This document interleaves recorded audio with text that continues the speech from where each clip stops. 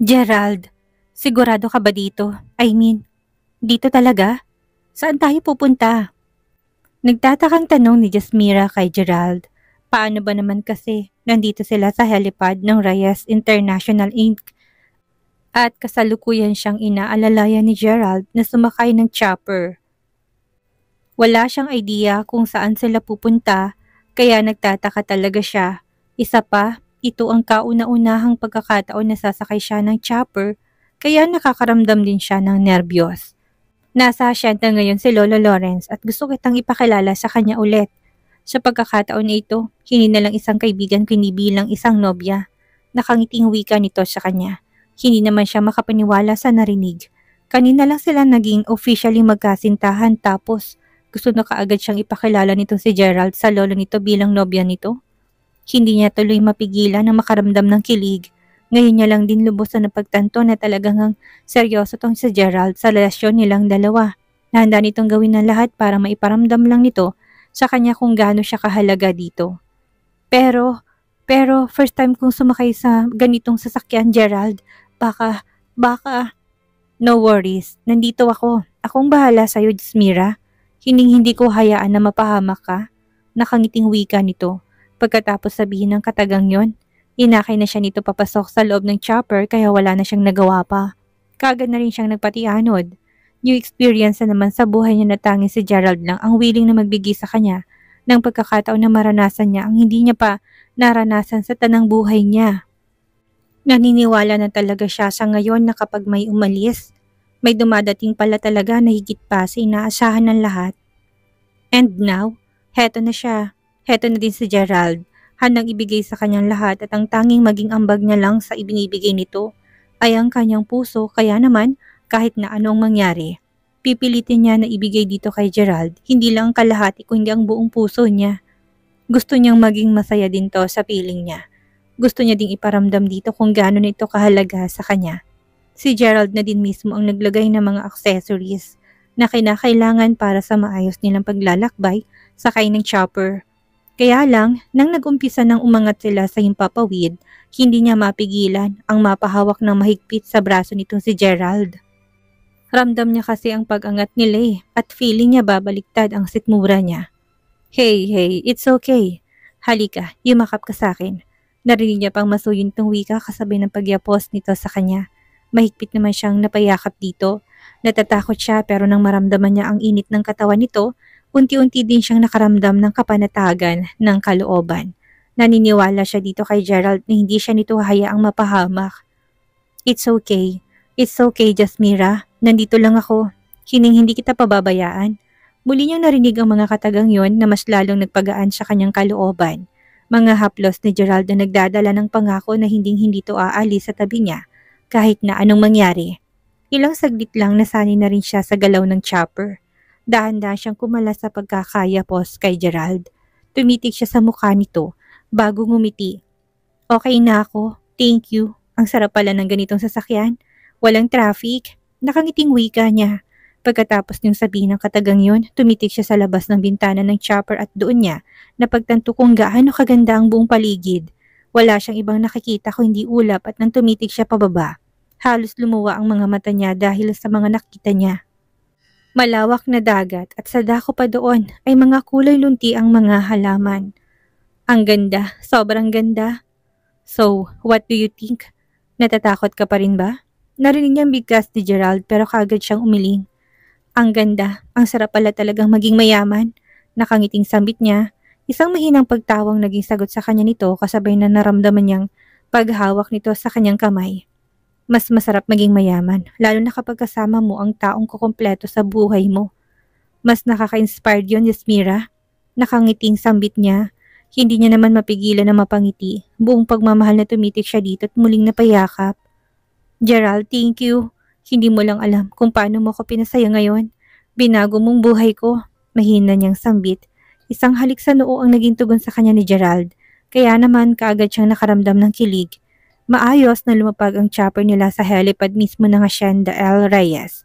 Kung saan pagkababa pa lang nila ng chopper, isang luxury car din ang sumundo sa kanila para daw dalhin sila sa mansyon ng mga Reyes. Kahit na nasa loob sila ng sasakyan ni Gerald, magkahawak kami pa rin silang dalawa na para bang wala na silang balak pang pakawalan ng isa't isa. Sa pagpasok pa lang ng sasakyan sa mataas na gate ng Mansyon El Reyes, ang nakangiting mukha ni Lolo Lawrence ang kaagad na natanaw niya. Nangingislap ang mga mata nito sa tuwa at pagkahinto pa lang ng sasakyan sa driveway. Kaagad nito sinalubong sa kanila. Jasmira, iha, welcome to Hacienda Reyes. Mabuti naman at nagawa niyang sumunod sa akin dito. Ang akala ko talaga, solo kong isa-celebrate ang 70th birthday ko. Nakangiting salubong sa kanila ni Lolo Lawrence. Gulat naman siyang napatingin kay Gerald. Hindi niya alam ito, wala kasing nababanggit si Gerald tungkol dito eh. Hays, nakakahiya, wala man lang siyang nabiling regalo para kay Lolo Lawrence. Lo, next week pa naman ang birthday niyo ah, may 7 days pa tayo para maghanda. Nakangiting sagot naman ni Gerald sa abuelo niya. Hindi naman mapigilang matawa ni Lolo Lawrence, nakangiting tumitik sa kamay ng apot ni Jasmira na magkahawak. So, any good news mga apo? Liban sa pagbisita niyo sa akin dito sa hacienda, may dala pa ba kayong dagdag na good news? Nakangiting wika ni Lolo Lawrence. Nagtinginan pa silang dalawa ni Gerald bago nakangiting muling hinarap ni Gerald ang lolo niya. Lo, nobya ko na po si Jasmira. Nakangiting wika ni Gerald sa abuelo nito. Kaagad nilang napansin ng tuwa na kaagad na rumihistro sa mukha ng matanda na para bang isang napakagandang balita ang narinig nito ngayon lang. Talaga? Talaga? O Diyos ko, sa wakas. May babae na rin na naipakilala ang apo ko na nobya niya. Nakangiting wika ni Lolo Lawrence. Hindi naman mapigilan ni Jasmira ang mapangiti. Ngayon niya lang napagtanto na napakasarap pala sa pakiramdam kapag tanggap ka ng mga tao na sa paligid mo. Ngayon palang ramdam niya na kung gaano siya ka-special. Hindi na dapat siyang matakot na baka masaktang muli. Hindi na. Sir Jonas, hindi po namin napapansin si Miss Jasmira sa unit niya. 3 araw na po siyang hindi umuwi dyan. Sa lubong ng gwardiya ng condominium building, kilala na siya ng mga to dahil hindi niya na mabilang kung ilang beses na siyang nagpapabalik-balik sa building na ito. Hinahanap niya si Jasmira. Gusto niyang makausap to. Hindi pa rin siya umuwi or baka naman pinagtataguan niya lang ako. Mahinang sambit niya. Sorry po sir, pero baka nga po pinagtataguan kayo ni Miss Jasmira. Sagot naman kaagad ng gwardiya sa kanya. Malungkot siyang napailing. Sa totoo lang, feeling miserable na siya nitong mga nakaraang araw. Hindi na nga siya nakakapasok pa ng opisina dahil wala siyang ibang ginawa kundi ang magmukmuk. Gusto niya din sanang uminom ng alak pero hindi pwede. Sa tuwing naiisip kasi niyang isa sa mga kidney ni Jasmira ang nasa kanya, mas lalo siyang nakakaramdam na matinding konsensya. Ayaw niyang sirain ang pinaghirapan ni Jasmira na ibigay sa kanya. Ayaw niya na mas lalo ma-disappoint sa kanyang dalaga. Jasmira, nasaan ka? Kausapin mo naman ako. Miss na kita, Jasmira. Mahina niyang sambit. Pagkatapos makipagsukatan ng tingin sa gwardiya, laglag ang balikat na naglakad siya pabalik ng kanyang kotse. Hindi niya alam kung saan siya patutungo ngayon. Hindi niya alam kung anong hakbang ang pwede niyang gawin para maibsan ng kahit na kaunti ang sama ng loob na nararamdaman niya ngayon. Saktong pagkapasok niya sa loob ng kotse, narinig niya ang pagtunog ng kanyang phone. Ang kanyang mommy Lourdes ang tumatawag kaya naman dali-dali niyang sinagot yon. Jonas, where are you? Ano ba ang mga pinagagagawa mo sa buhay mong bata ka? Kagad na salubong nito sa kanya, yamot naman siyang napabuntong hininga. Ayaw niyang patulan ang sarili niyang ina dahil malaki ang respeto nito, pero ganito hindi naman niya ramdam na nag-aalala ito sa kanya. Nakakasama din ng loob yon. Sila dapat ang mas nakakaintindi sa nararamdaman niya eh. Mom, what is it? Seryosong tanong niya dito. Alam mo bang nandito kami sa ospital? Dinugo si Leticia at hindi mo man lang alam ito. Ano bang ginagawa mo sa buhay mo ha, Jonas? Hanggang ngayon pa ba naman, nagpapakabaliw ka pa rin sa Jasmira na yon? Walang pareno nitong sambit. Oh, come on, ma'am. Paano na naman nadami si Jasmira sa pag-uusap na to? Seryosong tanong niya dito. Paano hindi siya madadami gayong alam ng lahat na wala ka ng ibang ginawa? Kung hindi habulin ng babaeng yon ha, Jonas? Si Leticia ang kasama mo ngayon. Buntis siya at ngayon niya higit na kailangan ng atensyon mo. May halo ng galit sa boses na sagot nito sa kanya. Kaya naman mapakla siyang tumawa. Ang akala niya talaga nagbago na itong ina niya pero hindi pa pala eh. Ang hilig makialam sa love life niya. Mom, buhay ko to. Kung ano man ang mga ginagawa kong desisyon ngayon, karapatan ko yun lalo na't ako lang ang nakakaalam sa sarili kong kaligayahan. Seryosong sambit niya. At paano naman si Leticia? Hindi ka ba naawa sa asawa mo ha, Jonas? Buntis si Leticia sa anak mo. Sa mga pinagagagawa mo ngayon, hindi malabong ma-stress ng sobra si Leticia at baka makaapekto yun sa dinadala niya. Jonas, alam mo namang matagal na kami naghahangad ng apo ng daddy mo. Now na nandito si Leticia, siya ang kasama mo kaya pwede ba? Tigilan mo ng kakahabol sa inutil na Jasmira na yan. Walang magandang maidudulot sa'yo ang babaeng yan kung hindi puro kamalasan. Galit na wika ni Mommy Lourdes sa kanya. Hindi niya naman mapigilan ang maikuyumang kamao. Oo, hindi siya kayang bigyan ng anak ni Jasmira pero ngayon niya lang din napagtanto na hindi niya pala kayang mawala ito sa piling niya. Mahal niya si Jasmira, miss na miss niya na ang lahat dito. Ang pag-aalaga at ang pagpaparamdam sa kanya ng dalaga kung gaano siya kahalaga dito. Jonas, nandito ka? Dinadalaw mo ko? Nakangiting tanong sa kanya ni Leticia pagkapasok niya pa lang sa hospital room nito. Wala sana siyang balak na dalawin to dito sa hospital pero alam niyang hindi siya tatantanan ng sarili niyang ina kung hindi siya magpapakita ngayon dito sa hospital. Kaya naman kahit nalabag sa kalooban, wala siyang choice kundi ibigay ang kapritsyo ng kanyang ina, kahit na ngayon lang. Sabi ko na nga ba, hindi mo ko matitiis eh. Hindi mo matitiis na malagay sa alanganin ng buhay namin dalawa ni baby. Muling bigkas ni Leticia, yamot naman siyang napabuntong hininga. Napatitik siya sa tiyan nitong wala pang palatandaan na buntis ito. Maliit pa rin kasi ang tiyan nito eh. 2 buwan pa lang na buntis kaya hindi pa halatang baby bump. Pero kung makapagdrama sa harapan niya, akala mo kabuanan na. Mukhang okay ka na, kaya ayusin ko ng discharge paper mo. Seryoso niyang sambit. Jonas, ano ka ba? Hindi kita pinalaki para maging bastos sa asawa mo. Yamot na sabi ng sarili niyang ina na kanina pa nakamasid sa kanilang dalawa ni Leticia. Bigla itong nag-react sa sinabi niya na akala mo malaking kasalanan ang nasabi niya. Mom, kaya lumalaking ulo ng babaeng yan. Dahil kinukonsinti niyo. Okay na siya, wala nang problema sa health niya. Kaya wala nang dahilan pa para magtagal kami dito. Seryoso niyang bigkas. Kaagad naman siyang pinanikitan ng mga mata nito na para bang wala na siyang ginawang matino sa buhay niya. Jonas, stop it. Asawa mo si Leticia at dapat mo siyang igalang. Hindi ka na ba naaawa sa kalagayan niya? Buntis ang asawa mo tapos ganyan ka. Galit nitong wika. Yamot naman siyang napabuga ng hangin. Napatitik siya kay Leticia na noon ay nagumpisa ng mamasa ang mga mata at gusto na naman yatang magdrama. Mommy, hayaan niyo na lang po si Jonas. Okay naman po ako eh. Medyo nakakaramdam ng panghina pero kaya ko naman pong sarili ko. Wika naman ni Leticia, hindi naman mapigilan ni Jonas na mapataas ang kabilang sulok ng labi. Ngayon niya lang napatunayan na magaling pala talagang magpaikot ng tao itong si Leticia. Pati mami niya paniwalang paniwala sa mga sinasabi nito eh. Well, makikita ng babaeng ito. Once na lumabas ang bata at kapag malaman niya na hindi siya ang ama. Makikita talaga ng babaeng ito. Matitikman nito ang mga bagay na hindi pa nito natitikman sa tanang buhay nito. Iha, hindi pwedeng hayaan ang masamang pag-uugali ng asawa mo. Hindi pwedeng basta ka na lang niyang api-apihin ni Jonas kung hindi kanya kayang alagaan at ibigay sa iyo ang karapat-dapat para sa iyo. Simula paglabas mo dito sa ospital, sa bahay ka na namin tumira. Ako ang mag-aalaga sa iyo, Iha. Nakangiting wika ng Mommy Lourdes kay Leticia. Otomatiko namang napangiti si Leticia, natutuwa siya. Iba pa rin pala sa pakaramdam na kakampi niyang ina ni Jonas. At least, may masusumbungan pa rin pala siya sa tuwing aapihin siya nitong si Jonas. Mom, wag na po. Nakakahiya po. Sagot din naman kaagad ni Leticia. Kaunting pakipot at alam niyang habang buhay na magiging kakampi niya ang sariling ina ni Jonas. Hindi pwedeng hindi, Iha. Nag-aalala ko sa kalagayan mo. Buntis ka at hindi ko hayaan na mag-suffer ka mula sa kamay ng walang kwenta kong anak. Seryosong wika ni Mrs. Lourdes kay Leticia. Lalo namang nakaramdam ng tuwa si Leticia. Samantalang si Jonas naman ay umay na sa kanyang mga nasasaksihan. I rest my case. Nandito ka na, Mom. I think I have to go.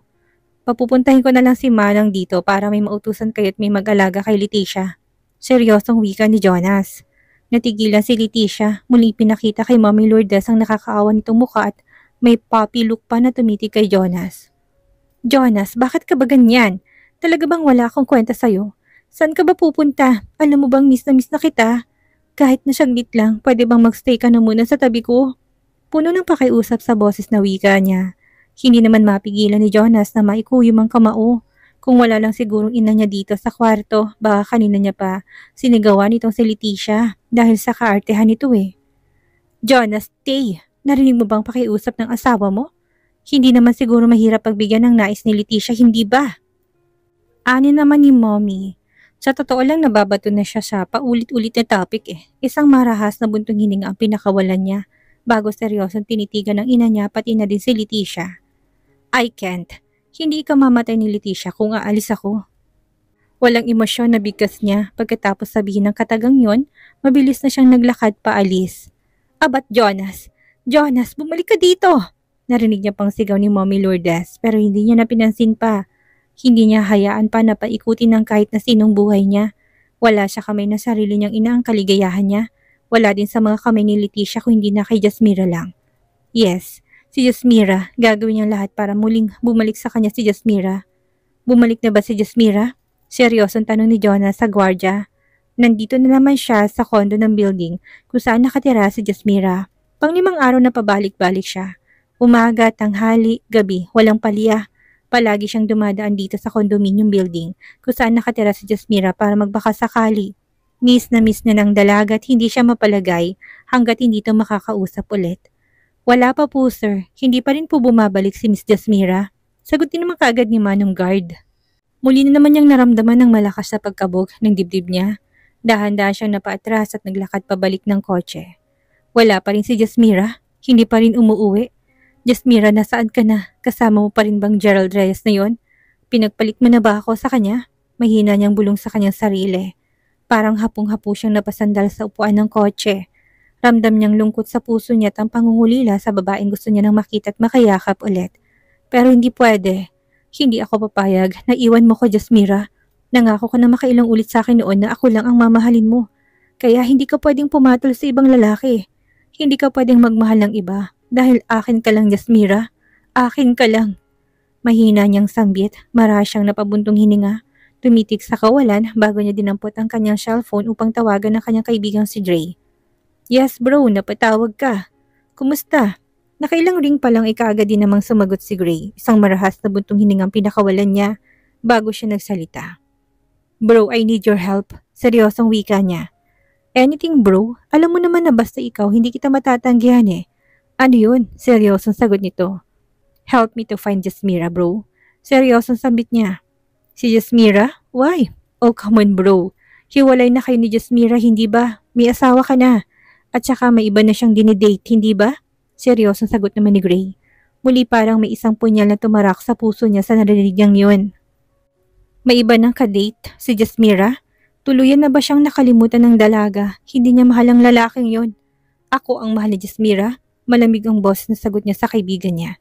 Hindi naman ito nakaimik. Mukhang kahit ang kaibigan niya hindi sang-ayon sa sinasabi niya ngayon lang.